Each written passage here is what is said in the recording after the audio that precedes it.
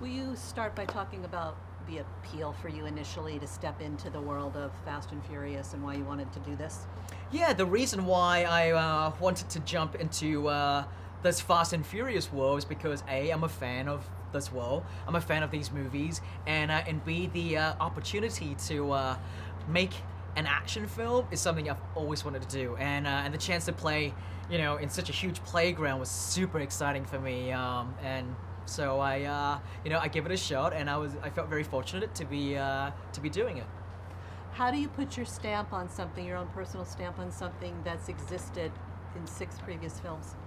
Well, one of the things I try to do is, I want to try and honor all the great things that the previous filmmakers have done before me, and sort of keep it in the same tone, keep it sort of in the same world, but try and bring some of the visual stamps, the some of the visual stuff that I love aesthetically, that is inherently to me and to my filmmaking, and for example, the kind of stuff I like to do play with is have fun with the camera work, and I did bring some of that cool camera work into this, and also wanting to bring what I love from my thriller genre background, which is suspense. I love to bring suspense and tension into a lot of the set pieces here as much as I possibly could.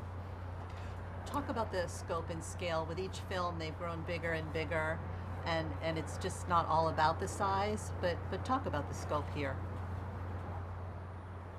You okay with that one, right? Yeah. Okay. Um, for me, it wasn't about trying to top the previous movie for the sake of topping the previous movie in terms of the scope and the size and the big action and all that. For me, it was all about creating something that we haven't quite seen before. And so the idea of like throwing these muscle cars out of the back of a plane, that was exciting for me because I've never seen anything like that before. And cars jumping from skyscraper to skyscraper, that was something I've never seen before. And even smaller, more intimate sort of fight action scenes where Paul Walker's character Brian fights with Tony Jaa's character, and they're falling on a door, and the door is going down the stairs, and it plays like a sleigh ride, So it's stuff like that I really love, just visual things that we have not quite seen before in an action film, and that's what I wanted this movie to be about.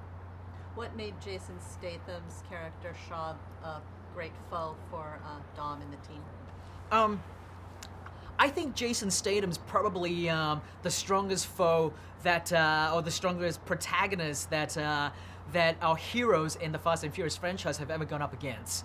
And so Jason brings with him, obviously, his gravitas that he has built up in all his other movies. He is an action movie star in his own right. And so the idea of watching Jason go up against The Rock, or Jason go up against Vin Diesel at the end, was super exciting. So it was. I felt very fortunate to have Jason in this particular installment because he and I get to be the new kids on the block, and I get the chance to create his character with him. That I couldn't quite do with the other guys because they already established. But with Jason, I could do that, and it was fun. And you had a few other new kids on the block, including, I think, the coolest man on the planet, Kurt Russell. Yes, I feel extremely fortunate to have worked with a living legend on this film, Mr. Kurt Russell. He's he's like one of the greatest guys. I grew up on his films. I love all the different kind of movies that he's done, and to have worked with him. People say it's best not to work with your heroes because you might be disappointed. That wasn't the case. Kurt Russell was truly, truly a great person. He was so awesome to work with, and he was so professional to work with as well. And I just could not say enough nicer things about that dude. And the beautiful Natalie. Natalie, oh my God, I feel very fortunate to have worked with such a beautiful human being and such a beautiful soul as well.